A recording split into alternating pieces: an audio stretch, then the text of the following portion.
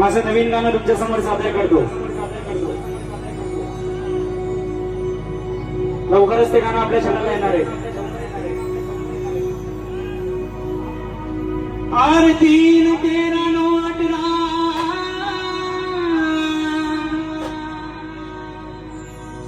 आम्ही भीमाची पोरं नाही कचरा.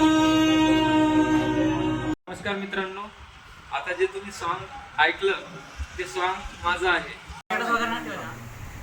त्या गाण्याला मला एवढी इच्छा म्हणजे आमची एवढी अपेक्षा होती त्या गाण्याची. आमच्याकडून गोष्टी झाली पण केलं नाही त्यामुळे तो काही रिस्पॉन्स देत नाही त्या गाण्याला.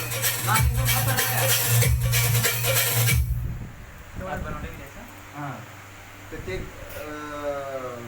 जरा तुमचे प्लेकरवर एक यूट्यूबवर थांबलेलं होतं. ते जे गाणं आहे ना त्यात काय मिसअंडरस्टँडिंग. भीमाचे पोरलय खतरा 3 13 9 18 भीमाचे पोरलय खतरा. अरे बाजूला सरक मित्रा माझ्या भीमाचे पोरलय खतरा. अरे बाजूला सरक मित्रा माझ्या भीमाचे पोरलय खतरा.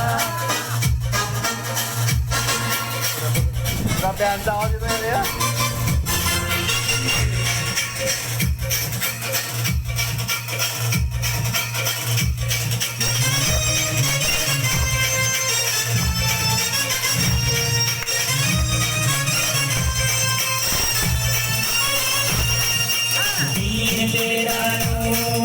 भीमाची पोरलय खतरा 3 13 9 18 भीमाची पोरलय खतरा. जरा बाजूला सरक मित्रा आहे भीमाची पोरलय खतरा. जरा बाजूला सरक मित्रा आहे भीमाची पोरलय खतरा. खतरा खतरा खतरा माझ्या भीमाची पोरलय खतरा. खतरा खतरा खतरा माझ्या भीमाची पोरलय खतरा. जरा बाजूला सरक मित्रा आहे भीमाची पोरलय खतरा. पुढचं काय आहे? अंतर बबले हो भारी. पुढचं पोळे ती फक्त एवढा हा, म्हणून ठेवलेला आहे. हे जे ना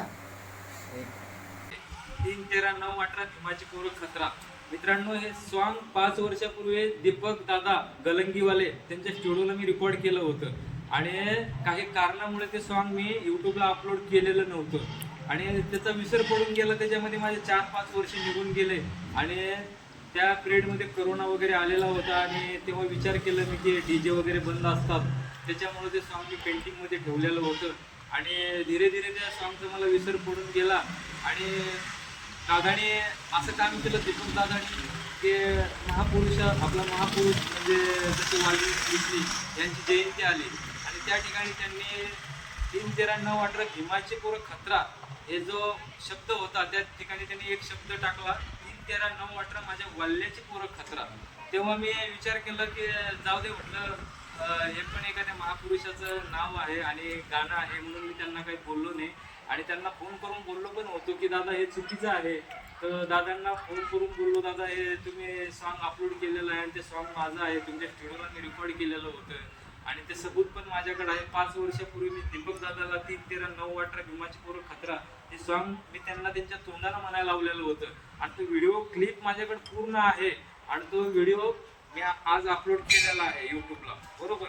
आणि मित्रांनो, हे कितपत योग्य आहे आणि कितपत काय आहे ते तुम्ही नक्की मला कमेंट करून सांगा. एखाद्या गरीब कलाकाराचे राईट चोरून एखादी फॉलोअर वाढवणे किंवा फेमस होणे याला अर्थ नाही मित्रांनो, मी जास्त काय बोलत नाही. दीपक दादाला एकच विनंती करतो, दादा मी तुम्हाला फोनवर बोललो पण होतो आणि घडी घडी अशी चुकी करू नका.